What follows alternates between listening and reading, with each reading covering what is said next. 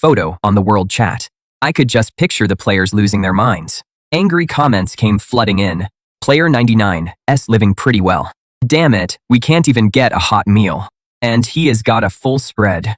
Don't get too cocky. If I find you, I'll kill you. I couldn't care less. I'll be waiting. If you can find me. I opened my computer and pulled up the profiles of 30 players I'd gathered. They had no idea that before the apocalypse, I'd already had eyes everywhere.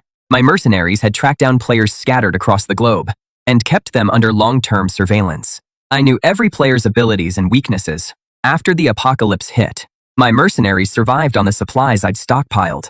They kept working for me, and I unlocked new supplies for them. Money makes the world go round. In the apocalypse, supplies were the most valuable currency. 3 major powers had emerged. First was the military. They had a formidable arsenal and an impregnable base. Wang Teng had seized command through mind control. Second were the zombies. A zombie king had risen among them. He gained powers by killing ability users, zombies, and players. Liu Yanyan was by the zombie king's side, having become his beloved companion. Third were the gangs. Even before the outbreak, Player 128 had entered the world's most dangerous and chaotic nation. Using his abilities, he subdued the gangs. Under Player 128's leadership, the gangs grew stronger by looting civilians. The remaining 26 players had all joined one of these 3 factions. Player 128 could manipulate gravity, an extremely powerful ability. In one-on-one combat, no player could take him down. Yet, the gangs were actually the weakest force. I tapped on Player 128's avatar with my stylus. You'll be the first to go. Just then, the system alert sounded again. 30 players remain alive. Difficulty increasing. Entering level 3. The frozen continent. Someone immediately broke down. The apocalypse has lasted a year and 5 months. Everyone's out of supplies. Another ice age hits, and everyone on this planet dies. Liu Yuran quietly messaged me. Mark, check your messages. Mark, soon only the zombies will survive this planet. And I'll survive too. You'll regret rejecting me for the rest of your life. Then she sent a photo of herself with the zombie king. Seeing this, I sneered. In that case, I'll send you lovebirds to the afterlife together. The ice age swept across the entire planet. Even my tropical island was affected. A massive blizzard struck Future Island. The aerial power grid was the first casualty. Wind and tidal power plants took heavy damage too. Fortunately, the underground fortress's backup nuclear plant was still running. The gangs cracked first. They'd looted most of the civilians' resources. Internal tensions escalated. Conflicts erupted constantly. Awakened players died one after another. I privately messaged Player 128 through the World Channel. How about we team up? I've buried supplies all over your territory. Get your hands on them, and you'll survive. Player 128 replied shortly after. What do you want? Why should I trust you? I want you to take down the zombie king. My scientist team developed a zombie cure. Just spray it on them, and they vanish. But as you know, my combat stat is 0. After thinking it through, of 30 awakened, you're the strongest. Only you can pull this off. We humans fear the cold. Zombies don't. The longer this drags on, the better their odds. No matter how many supplies I have, they'll run out eventually. Then, Player 101 beside the Zombie King becomes the final winner. The Zombie King's too powerful. Without the cure, no awakened player can kill him. I have the cure. You have powers. Let's team up and take out the zombies. To earn 128's trust, I sent mercenaries to deliver a zombie cure, along with a batch of supplies. The gang used that cure on a zombie. The zombie dissolved into a pool of blood, screaming in agony. The virus they carried was purified as well. 128 was tempted. If only he and I remained in this world. Killing me would be effortless for him. To him, I was the weakest player. Allying with me was undoubtedly his best option. One night, hundreds of drones carrying the cure flew toward the horde. The Zombie King was asleep with Liu Ruyan in his arms. His keen hearing immediately detected something wrong. He got out of bed at once, not forgetting to tuck Liu Ruyan in. Massive amounts of cure mixed with snow fell from the sky. Mixed with snow, it poured down everywhere. The zombies exposed to the cure screamed in pain.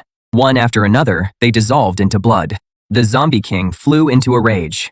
He leaped down.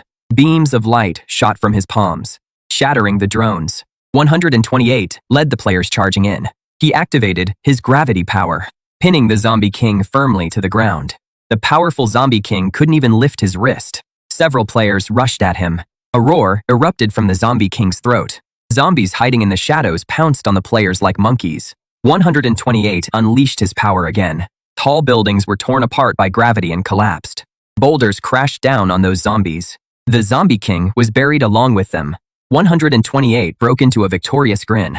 These boulders were enough to crush the Zombie King to pieces. Liu Ruyan stood on the balcony. Covering her face, she let out a scream. 128 flicked his finger. The terrace beneath Liu Ruyan's feet collapsed. She fell from the height. A fall from that height meant certain death. At the critical moment, the Zombie King burst from the rubble, catching Liu Ruyan. At the same time, one of his hands. At the same time, countless threads sprayed from one hand, binding 128. 128's face turned pale with shock. He never knew the Zombie King had this move. The Zombie King gave a gentle pull. 128's body instantly shattered. But the Zombie King didn't anticipate that 128's body was loaded with cure. The packets released and engulfed him. Liu Ruyan screamed, watching helplessly as the Zombie King melted into pools of blood. She was scared out of her wits. This place was literally hell. She ran for her life, but soon fell through the ice. This time, no one would save her. A power dependent on someone else's love was ultimately too weak to cut it.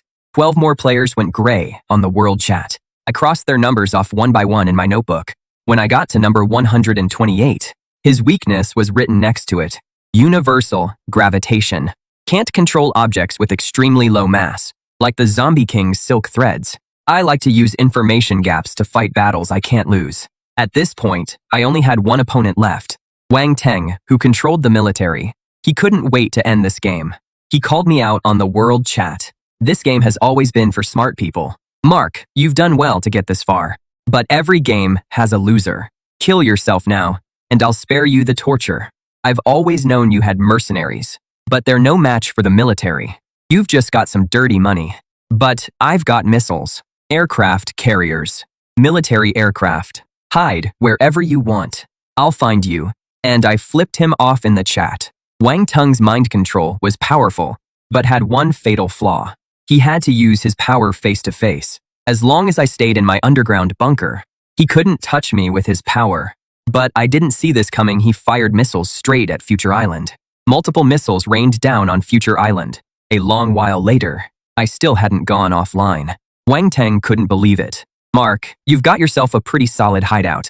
Then I'll come drag you out myself. He sailed his aircraft carrier over. For an aircraft carrier, the reefs I put up were nothing. When he landed on Future Island, the whole island was covered in smoke. Mountains were flattened. The ground was cratered. All the defenses were wiped out. He looked at the exposed entrance to the underground bunker and smiled like he already had me. He ordered his men to blast the entrance with heavy weapons. After several rounds of heavy shelling, the door was blown off, revealing a passage inside. I immediately sent him a video call request. He answered, looking all smug, and said, staring down the pitch-black tunnel, "It is too late to beg for mercy now, Mark." He jerked his chin, signaling his men to go in, planning to drag me out of there. In the video, I calmly pointed at the endless cosmos behind me.